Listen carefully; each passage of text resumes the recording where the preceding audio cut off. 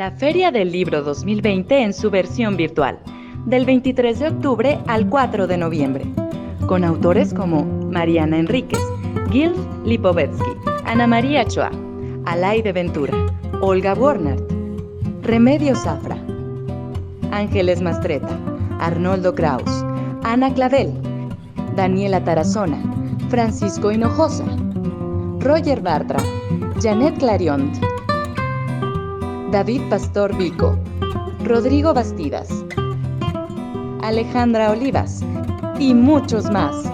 Únete a nuestros conciertos con Los Vikingos del Norte y Lo que era Tradición. Conoce nuestros espectáculos como General Cancardi, Chucos Suaves del Mictlán y Pecata Minuta. Disfruta de todo lo que la Feria del Libro 2020 trae para ti.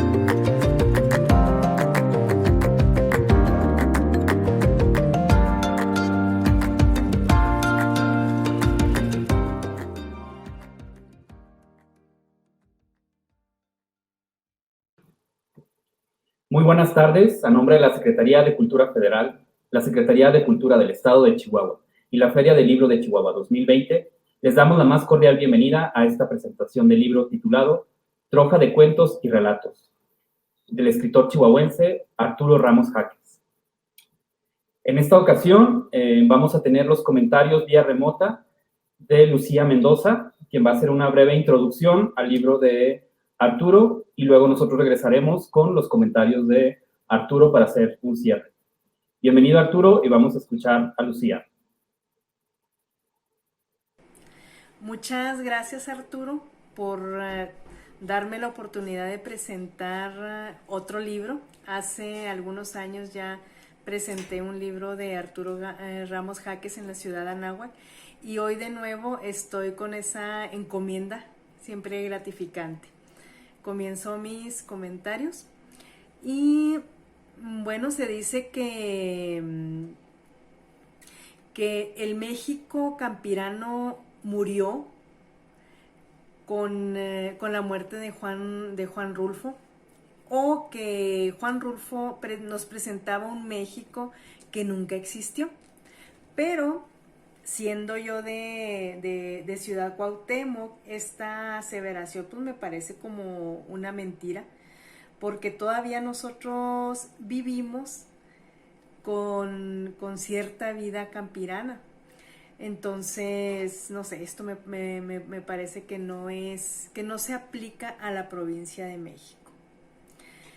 Sé que después del gobierno de Adolfo López Mateos, la modernidad desplaza al campo en la literatura, y la literatura se centra en las grandes ciudades, y esta literatura urbana que después evoluciona y pasa por toda la literatura de la chaviza y de la onda, bueno, desplaza de cierta manera toda la literatura sobre el campo que se hacía en México, y esta literatura del campo queda recluida en un ámbito que es únicamente de la revolución o de la reforma agraria. O sea, quedan reminiscencias nada más de la revolución, y todo lo que entonces nos olía a tierra, nos olía a barbecho, nos olía a maíz,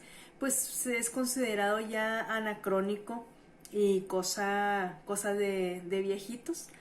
En mi experiencia, y creo que estoy segura que en la experiencia de Arturo y de muchos de nosotros, nosotros seguimos viviendo en una provincia mexicana en un Chihuahua campesino, y este mundo que se cree que murió con Rulfo, vive no solo en los recuerdos, en las anécdotas, en los relatos de nuestros abuelos y de nuestros padres, sino también vive en nuestros propios recuerdos y en nuestras propias palabras.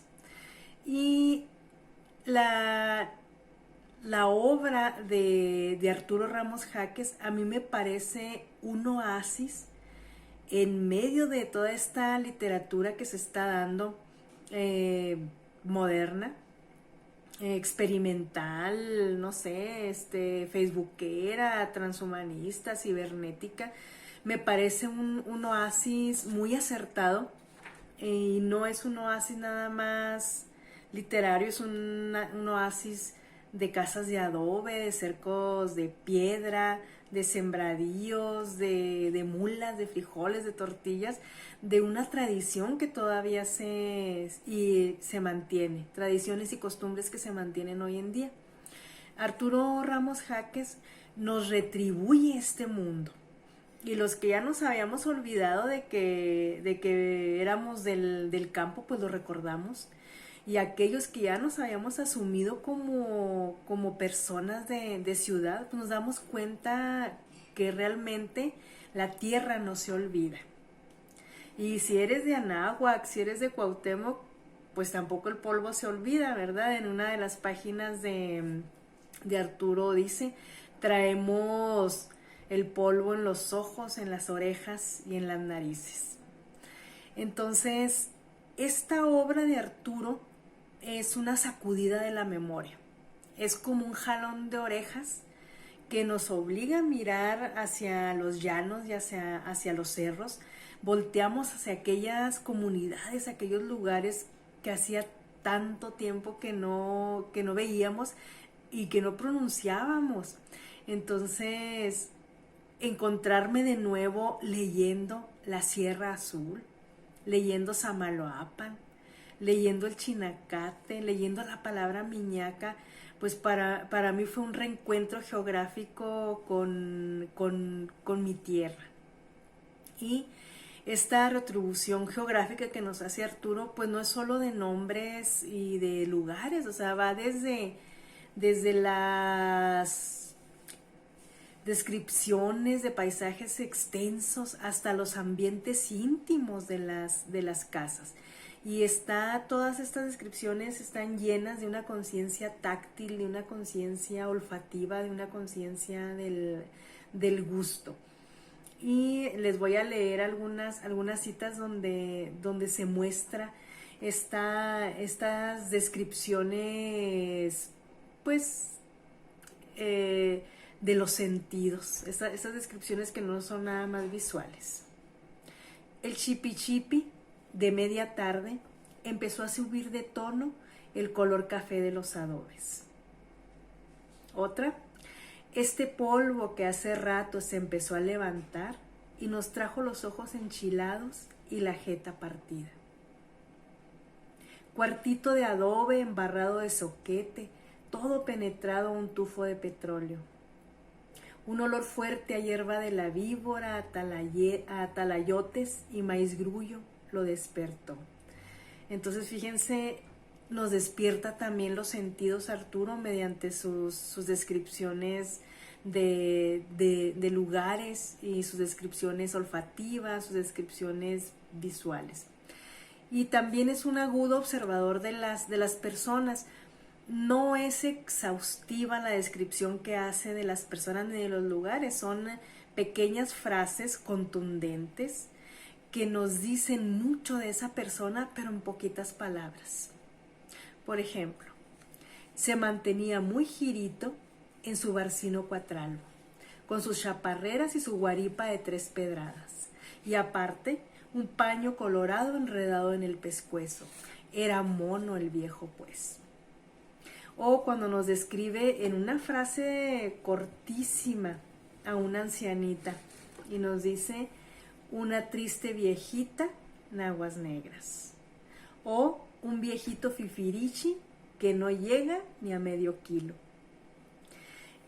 También la ropa, la indumentaria de las personas está siempre presente en sus personajes, y les digo, con pocas palabras nos muestra toda una manera de ser de una época. Un suéter jolino que solo cuenta con un botón, con sus medias sangre de pichón todas remendadas, terminan en unas chanclas de metedera. Y hay una descripción que a mí me parece magistral, muy corta y muy graciosa, sobre un talón de una señora que va de visita a una casa. Y la descripción dice así: asomando el talón gretudo en el que fácil cabía un grillo al final de la chancla. O sea, tan grande era la grieta de ese talón que ahí cabía un grillo. O sea, no me parece más acertada una descripción tan minuciosa. La obra de Arturo no es solo la retribución del campo en un sentido geográfico, en el retrato de personas.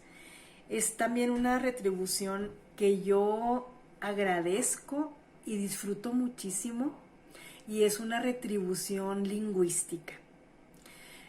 Un recorrido por palabras y frases que hacía añales que yo no las pronunciaba, que estaban ahí en mi habla escondida, que creíamos a veces olvidar, o que no nos atrevíamos a utilizar porque pues ahora somos gente de ciudad. Entonces a mí me retribuyó estas palabras, las volví a vivir.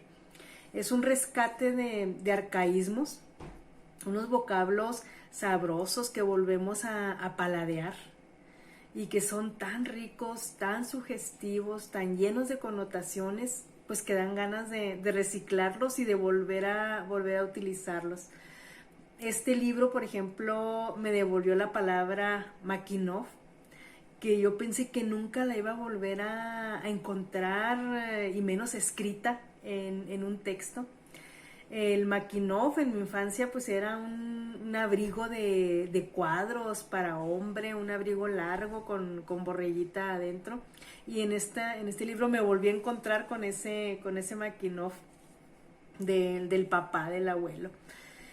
También hay otra palabra que me devolvió y que me encantó leerla, es la palabra macuchi, que es el cigarro hechizo de hojas de lo que sea, hasta de periódico, que fumaban no los que menos tenían, los que nada tenían.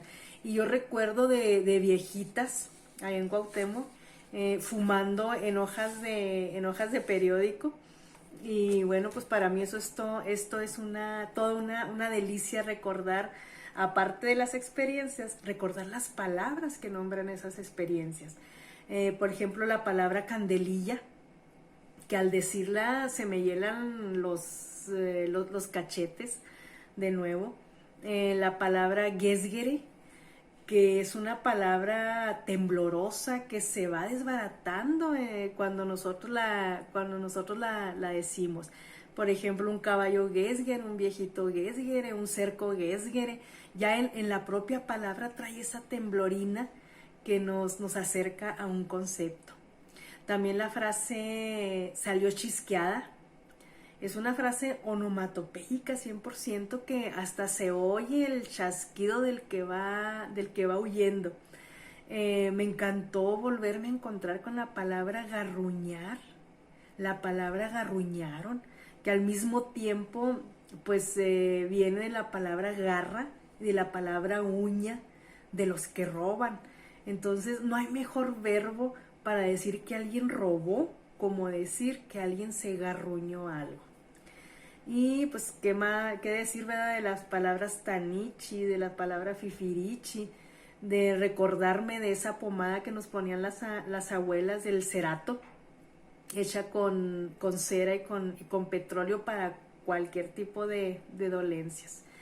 Estas son tan solo 2 capas del libro. El libro está pues llena de capas y de temas.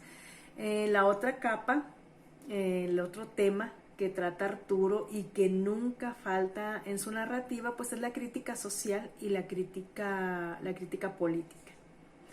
Arturo hace una crítica dura a la sociedad, a los gobernantes, a las instituciones, pero con una gracia y con una socarronería tal, pues que da risa en lugar de darnos coraje, ¿verdad?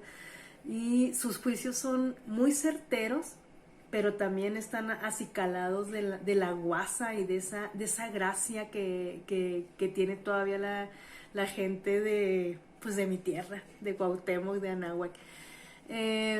Comenzando por el daño que hacen las redes sociales en una pequeña comunidad que se llama San Nicómedes, donde los alumnos no quieren saber nada de hardware, ni nada de software, ni nada de informática. O sea, le piden al profesor que está ahí en el pueblo, queremos saber de Facebook nada más, porque de nada nos va a servir toda esta teoría de la informática si no sabemos utilizar el Facebook.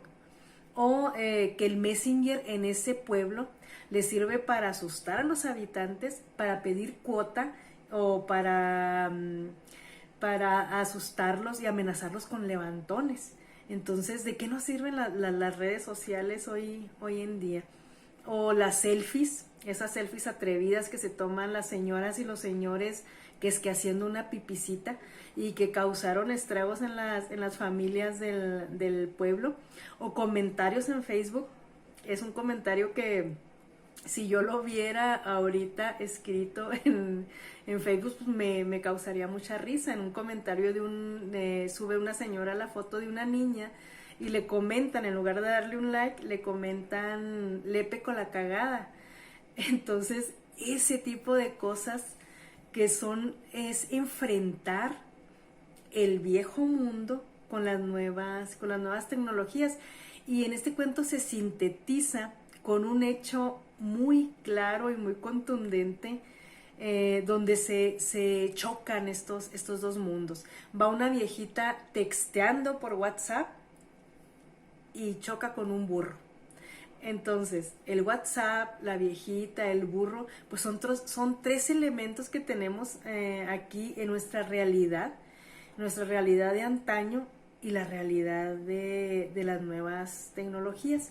También no falta en la obra de Arturo la crítica a esas personas que se dedican a las labores de la iglesia, que hacen rifas, hacen fiestas, pero en estas fiestas, pues vamos a decir que se fomentan las mañas de los habitantes del pueblo, ¿verdad? Se hacen apuestas, concursos de belleza, y al final la rifa nunca se lleva a cabo para obtener los fondos de la iglesia. También el doctor de la OMS, que va de pueblo en pueblo haciendo una relatoría, recogiendo testimonios de las personas, cómo viven, para llevarlo a su sede en Ginebra. Pero resulta irónico que va él leyendo sus reportes de miseria mientras se toma tranquilamente un cabernet en un vuelo de primera clase. Entonces, esto parece ser realmente incongruente. Me topo con la pobreza, pero no me importa, porque yo me regreso a mi país y solamente se convirtió esa pobreza y esos problemas humanos en un reporte más. También una petición inverosímil de un alcalde cuando lo visita un gobernador a su pueblo. Están en medio de una inundación, y en lugar de pedir que se recuperen las casas, la reconstrucción de la ciudad, lo que le pide el alcalde al gobernador, es un pueblo beisbolero, le pide un tercera base y un pitcher zurdo. Entonces, ante todo ese problema, ¿en qué se fijan nuestros gobernadores? ¿En qué se fijan nuestros alcaldes? Y también nos trae a tema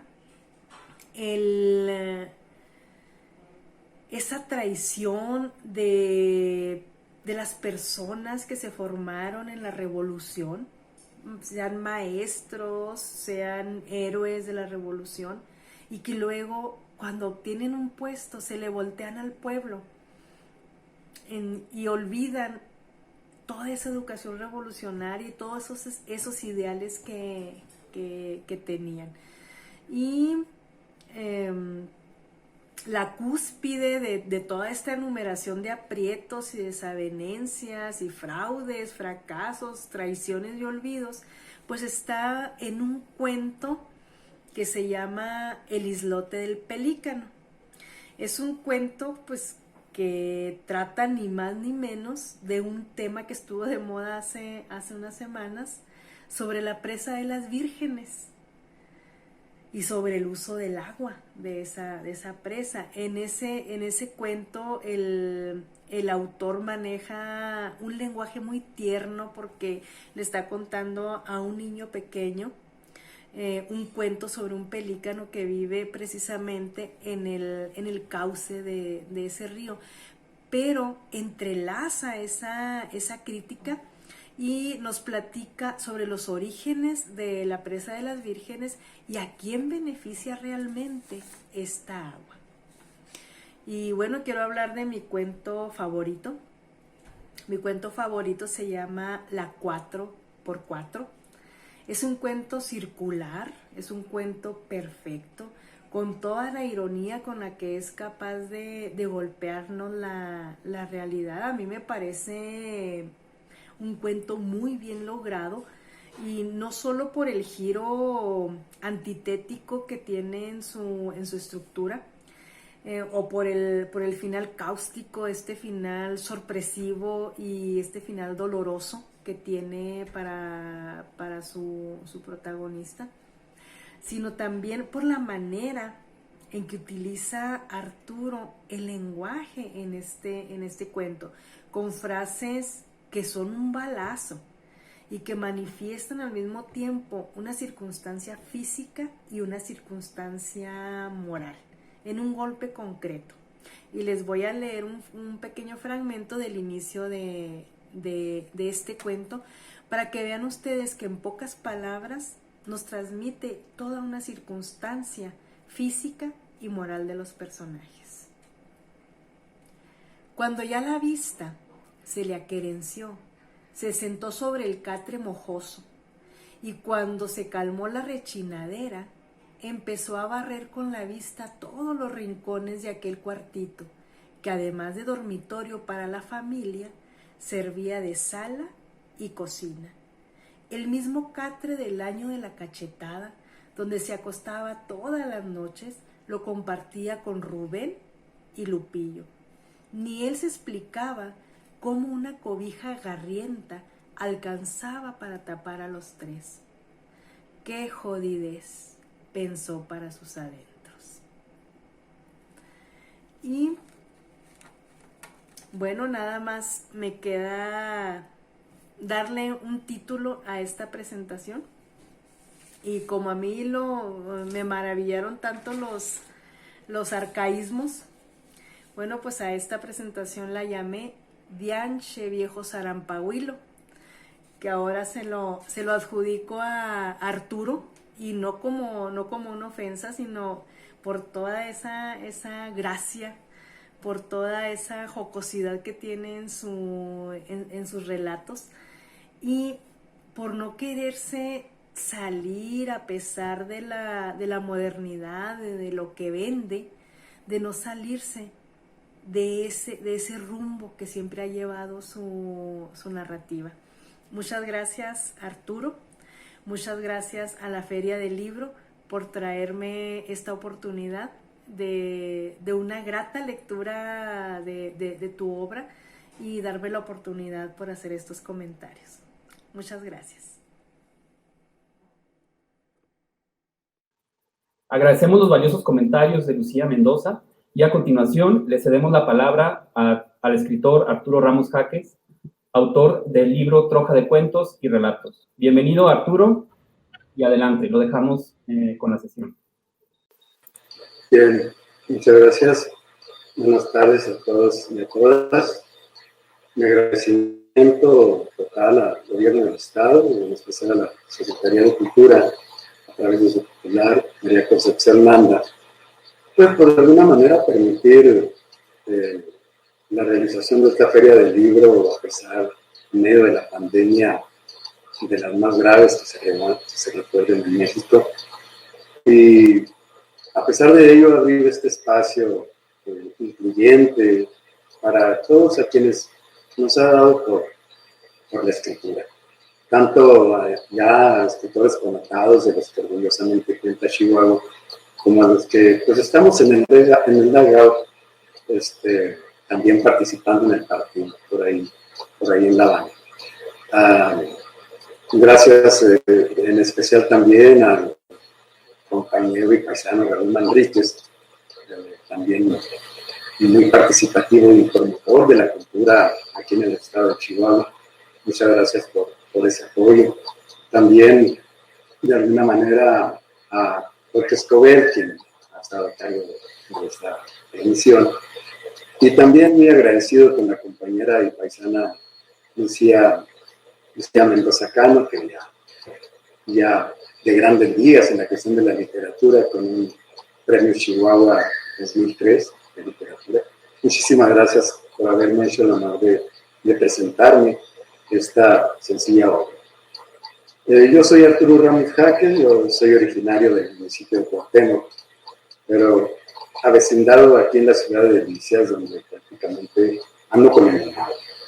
Entonces, tengo en el corazón a Delicias, aquí nacieron mis hijos, mis esposas de acá de la región, y a Cuauhtémoc me corre la sangre cuauhtémocense por la fe. Muchísimas gracias, pues, de toda la Constitución, tengo derecho a la doble nacionalidad. Nací el 5 de enero de 1957 en la población de Anáhuac, y cursé mis estudios primarios ahí en mi tierra natal, y por razones económicas tuve que salir del estado al no tener los recursos económicos para cursar mi educación secundaria en Anáhuac. Empecé por una beca para entrar a estudiar la Escuela Secundaria Tecnológica Agropecuaria de Salaices, pero por azares del destino, por haberse querido hacer de mí, pues me dieron mi lugar hasta la Sierra Norte de Puebla, en el municipio de Zaragoza, en donde cursé mi educación secundaria durante 3 años. Y ahí, de manera automática, ingresé a la Escuela Normal Rural Raúl Isidro Burgos del Sinapa Guerrero, de la tristemente célebre Normal de Sinapa Guerrero, con los acontecimientos que son del conocimiento de todo el mundo, en el que todavía estamos esperando que haga justicia.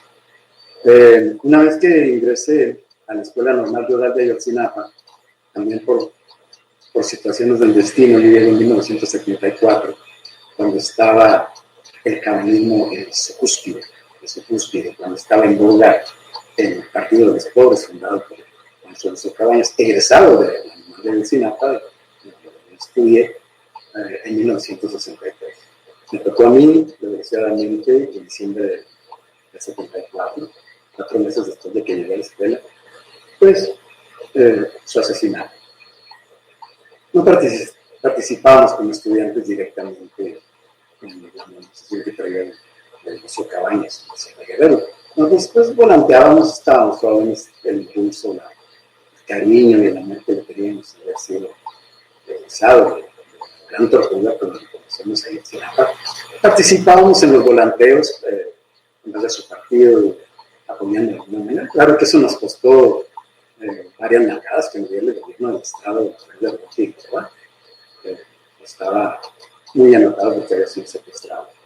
Y nos encarcelaron, tampoco voy a decir que ya era perpetua, que nos dieron un aumento y que esto, que lo otro. No, nos daban una nalgada y nos devolvían otra vez a la escuela normal. De ahí también por cuestiones, ya que no tenían los recursos para trasladarme desde Colonia Anáhuac, Chihuahua, hasta el municipio de Tuxtla, que es donde está el Sinapa, en Guerrero, me tuve que cambiar 2 años después a la normal rural de Tarque y Calles, ubicada en el extinto el Quinto Sonora, del municipio de Chihuahua. Ahí terminé felizmente mi educación normal en 1978, justo cuando estaba estrenó la película de King Kong, eso no se me olvida. Y estuvimos ahí otros 2 años en esa normal y para empezar mi plaza de trabajo en la Sierra de Chihuahua. En la Sierra de Chihuahua. Ahorita ya soy maestro jubilado, ya voy sobre 6 años como maestro jubilado y decidí de alguna manera emplear mi tiempo dedicándome a la escritura. Entonces, como les digo, el municipio de Cuauhtémoc, que es orgullosamente donde estoy de origen, aunque Delicias también está en mi corazón, se caracteriza, así como Camargo es el semillero de grandes artistas, de grandes comediantes, de grandes actores como Don Hernán, como Lucha Villa, de Chihuahua. Pues así Cuauhtémoc es semillero de grandes escritores, es el nido de los premios Chihuahua de literatura, donde destaco algunas figuras importantes como Jesús Domínguez, como Paloma Enríquez, la misma poesía nervosa que se agrega a la lista, y de otra manera también en Anáhuac, donde soy originario, pues ahí está Rosendo Zapata, está Carmen Olivas, que también participa en esta feria, que le reconozco también su esfuerzo. Y ahí vamos caminando nosotros de alguna manera, aportando nuestro granito de arena para que la gente se distraiga, para que la gente se interese por leer. A lo mejor es un pésimo negocio lo que es la escritura de libros, por ser un país que apenas hay un promedio de 3 libros por habitante. Es una cosa difícil contra 12 o 15 de los países europeos, pero algo estamos haciendo para contribuir para que ese universo crezca y llegue a ser México un país de lectura. Pero estamos empezando por Chihuahua. Yo orgullosamente en haber ya cuento con 4 libros.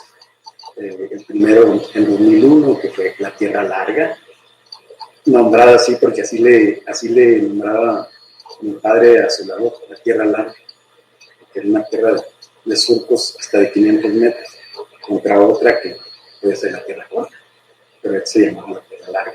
Entonces, los relatos que ahí edito en 2001, de alguna manera tienen su esencia en la tierra, en la labor en la que nos daba de comer. Luego, en 2003, Dios me ayudó a que escribiera La Cuesta, que viene siendo la cuesta que nosotros subimos. La vida es una cuesta, y cada uno lo vamos escalando a nuestra manera, con nuestras propias herramientas, vamos escalando esa gran cuesta que es la vida. Y de alguna forma es una obra anecdótica porque relato todas las vicisitudes, todos los desafíos que tuve que enfrentar para llegar a ser profesor. Nuestro profesor de primaria, que enseñó en Dios, y lo sigo enseñando. Lo pongo empeño y así no aprendemos, por favor. Entonces, de ahí, en 2018, saco, trabajando en un género diferente, como es la novela, saco La Fragua. La Fragua, que es de alguna forma una cosecha de historias, un conglomerado de situaciones desde mi nacimiento hasta la vida de jubilar. Es un libro que junto con los otros 2 anteriores, junto con La Cuesta y con La Tierra Larga, La Tierra Larga, La Fragua se me tardó un poquito, tardó más de 1 año en salir de edición de los ejemplares, pero lo que era La Tierra Larga y lo que fue La Cuesta, 3 o 4 meses se agotaron los ejemplares. Entonces, eso habla del agotamiento rápido de mis ediciones, esa obra que poco a poco nos vamos introduciendo al gusto de la gente, al gusto del público, que de alguna manera es exigente, pero para eso paga, para que un ejemplar, que lo ilustre, que lo divierta, que lo recree, y estoy en ese empeño, ya más allá del bien y del mal, pero a ver cuántos Dios nos concede todavía escribir. Mi narrativa que también cada domingo les expongo a todos y todas mis lectores que amablemente me siguen en el muro de Facebook a través de un post que le pongo matiné, muchas cosas, unas inventadas, otras reales, porque tienen que ver también con el y es en este momento cuando presento en esta Feria del Libro 2020, que vuelvo a reiterar mi agradecimiento a todos los organizadores, que además de un esfuerzo tremendo para salir con la pandemia. Me estaba diciendo que tiene síntomas de COVID, entonces es un acto heroico que están haciendo para que nosotros podamos, como escritores, salir al público y presentarles esas experiencias. Les decía, hoy finalmente esta impresión de que mi cuarto libro, pues, troja de cuentos y relatos, que agradezco a Gisela Franco, la editora, agradezco su paciencia porque de alguna manera pues aguantó mi genio, mi carácter, mis faltas de ortografía, de sintaxis, ¿verdad? Y como son situaciones que yo no manejo de manera puntual, de manera correcta, incluso debo admitirlo públicamente, porque no soy un escritor profesional. Yo no tengo un perfil de filosofía y letras, no estudié para ello. Es una habilidad que Dios me concedió que se me desarrollara a través del tiempo. Cuando empecé a escribir en el diario de Chihuahua, pues ¿cómo llegué al diario de Chihuahua? Es una recomendación de partido. En aquel entonces yo militaba en el Partido Mexicano Socialista, fue su candidato a diputado en 1988, y entonces el partido pidió un espacio en el diario de Chihuahua para que nos permitiera expresar nuestra plataforma y nuestro programa del partido. Entonces, uno le entró, yo me ofrecí y empecé a desarrollar, empecé a perfeccionar un poco mi estilo de escritura, porque por el carácter evolutivo que tiene la escritura. Yo al diario no únicamente le metí artículos de análisis social o político, de análisis periodista, no era pura línea, sino que le doy en aquel entonces a Francisco Javier Pizarro Chávez, le dije, pues pasa chance de meter uno que otro anécdota ahí, porque ya lo conocen a uno en la página de Perea, dicen, no, es la mujer que sí, va a hablar del gobierno y le va a echar a gobierno político, y le va a echar a gobierno para yo cansado de hablar de otra cosa. Y empecé a meter relatos de la vida diaria, de mi infancia, del pueblo, de lo que todo el pueblo, digo con todo respeto, y le gustó a la gente. Le gustó mucho a la gente porque mismo, en aquel entonces Carlos Urquí era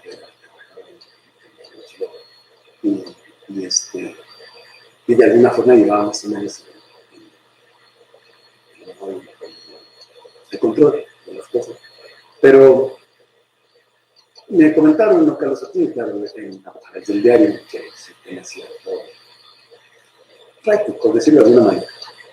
Y en una ocasión que iba yo a Nahua, de Delicias, alguien me identificó en el rápido papel y me dijo, usted es el profesor Arturo Ramos Fraites, que escribe para los pobres. Pues un libro para mí, escribe para los pobres y para los ricos, porque a todos los sigue escribiendo, mi señora, y no nos perdemos, ¿no? Porque entonces escribía yo diario, todos los días escribía yo para diario, chico. Y entonces, junto con el documento político, yo utilizaba también el anecdotario, con mi lenguaje campirano, mi lenguaje de origen, porque es mi origen, el pueblito, el ranchito, antes de que llegara Celulosa de Chihuahua a Nahua, que era un ranchito, no nos conocíamos. Claro, Celulosa se planta en 1952, si no me falla la memoria, que no traicionera en esta edad, pues ya no me entender cuando lleguen ahí en 1952. Entonces, era un ranchito que nos conocimos, había muchos elementos, muchas vivencias que no solo escuchaban, ¿no?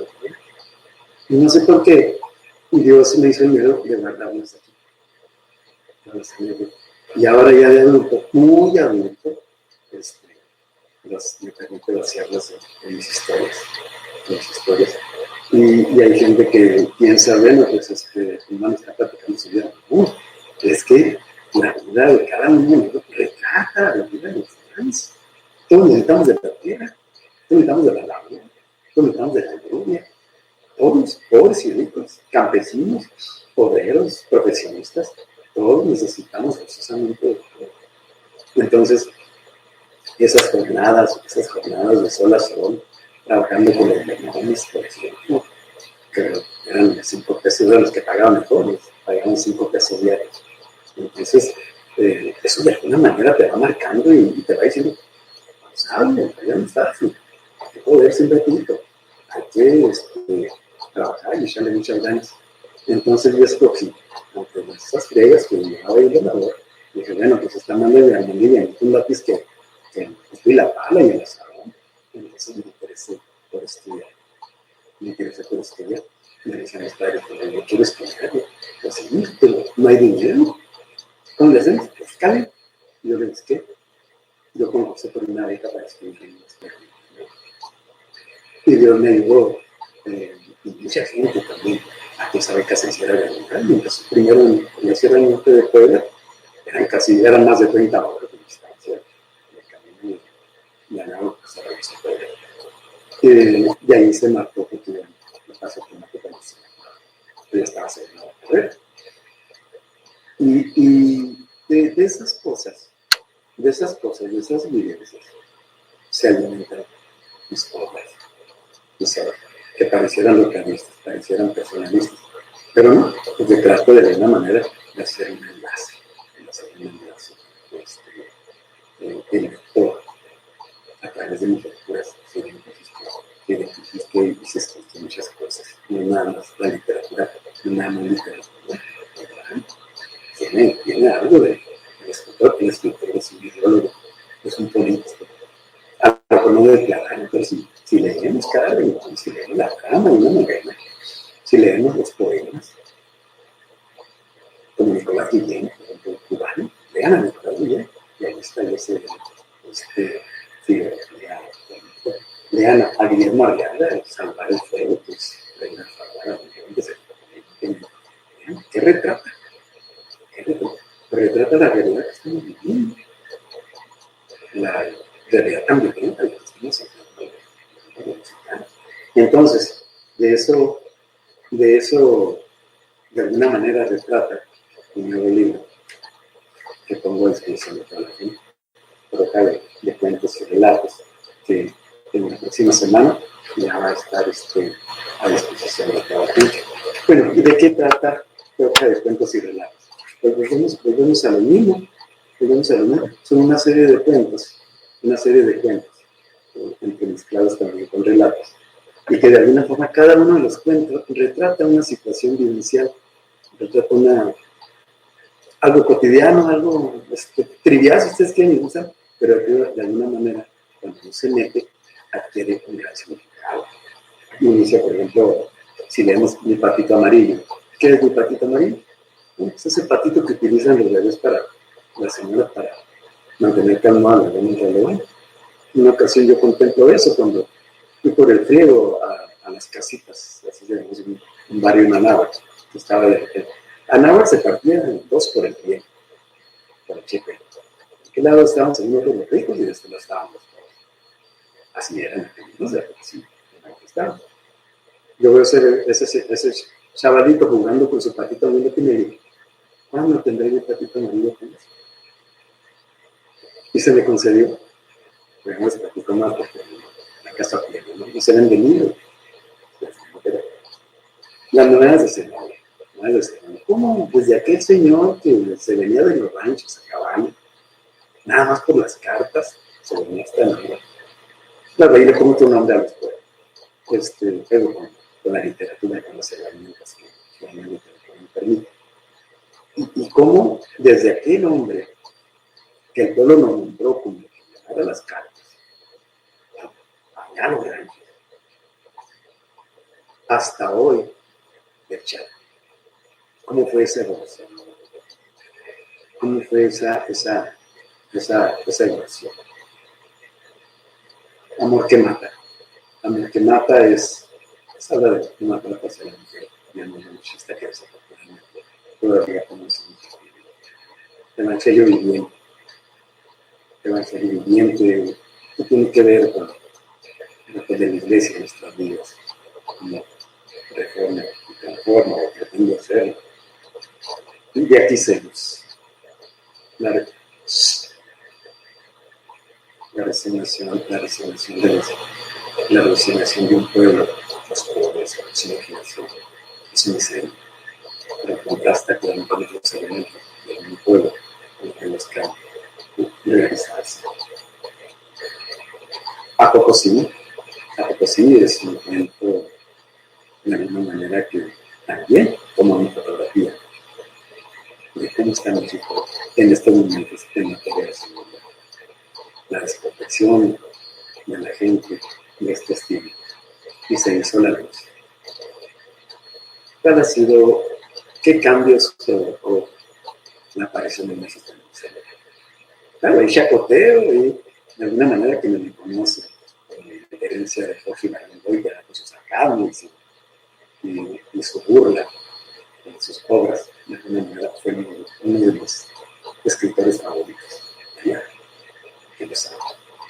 Maquinario, estas ruinas que ves, de decir algunas, fueron de mis favoritas. Cuando un rojo no se diga que son